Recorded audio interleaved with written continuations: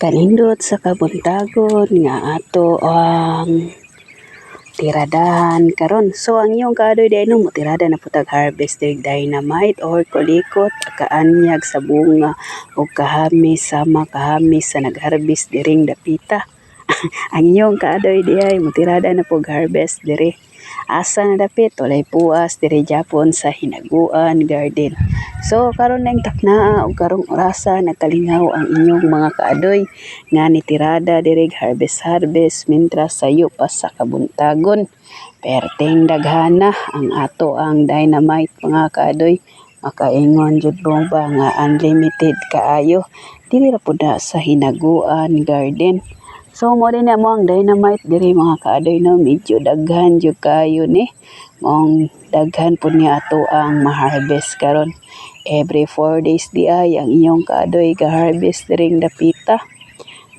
Kaning ato ang nindot diri nga area. So kami dira na itig harvest tapoy tig sunod og ligpisa. Mao ni karon ato ang tiradahan nga perte jud kanindot mag-harvest during jud nga ting harvest no, kay makita nato atong kahago o kanindot nga atong ma-harvest ana jud na mga kaadoy no. Pag naadto tay kitanom na jud tay maani. Pero sa kabuntagon karon dili basta-basta ang atong ma-harvest. Mga 20 kilos ang among estimate nga mahurot ni tanan. So ang inyong kaadoy grabe ka busy diring dapita. Grabe kahangin o kaanyag sa talan-awon nga nagbirada ta diring dapita. Tag-as kayo ang kulikot mga kaadoy. Giubanan pod sa sagbot nga perti pod kahimsog.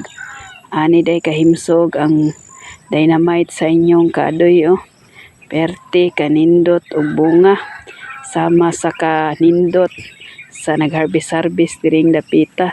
So puno na day amo ang sudlanan mga kaadoy no, gibutang namo dira sa vacuum. Perte po ning tag-asa ang vacuum kaadoy kay plano namo hotdo na manig-harvest diri tanan. Kay dili po ni pwede nga pahinugon nato no, kay mangsangko or musangko sa yuta. Mao ang iyong kaadoy huraton ning harvest kay pila ka days ani makita na pod nimo or nato ang kaanyag sa bunga na perting daghana diri sa Hinaguan Garden. Ani ka busy ang inyong kaadoy sa kabuntagon nga arang kanindot nga atong masinatian ang mga grasyag mga panalangin na atong ma-harvest. Kanindot sa kabuntagon nga madungog nato ang tingog sa langgam o kaprisko sa hangin na ato ang madunggan.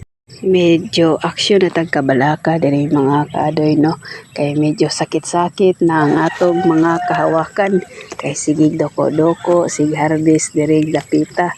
Pero okay ra na mga kaadoy, mo ni best exercise no during morning.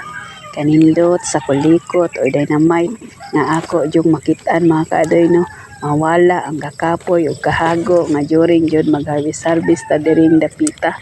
Ani kanindot mga kaadoy kung naadyo tay tanom no, naadyo tay ma-harvest bisad tuod nga usay sa pag-harvest nato di nato malikayan nga naadoy mga something wrong never happen no. Mao pud ni ang nindot nga mga trials nga naadyoy mga ulod nga galakaw-lakaw diring dapita og naapoy daot nga maharbisan. So mao ni part sa kuan mga kaadoy no, mao ni part sa mga tanom di jud na kalikayan nga nay mga masasamang elemento. Pero okay ra na mga kaadoy kay ato adya po nang dagaampingan ang atong mga tanom sama sa pag-amping dira sa inyong katapad o sa inyong kauban o sa inyong pikas sa kinabuhi. Char dynamite mo dira labas pa. So karon ni kabuntagon hapit na day minahuman mga kaadoy no, pina-update day mi ni engineer dao gidungagan na pod namo. So karon day makaadoy miingon ako no nga perte jud naghana 20 kilos din niya akong estimate ani ba. Salamat day no sa mga grasya nga perte jud daghana.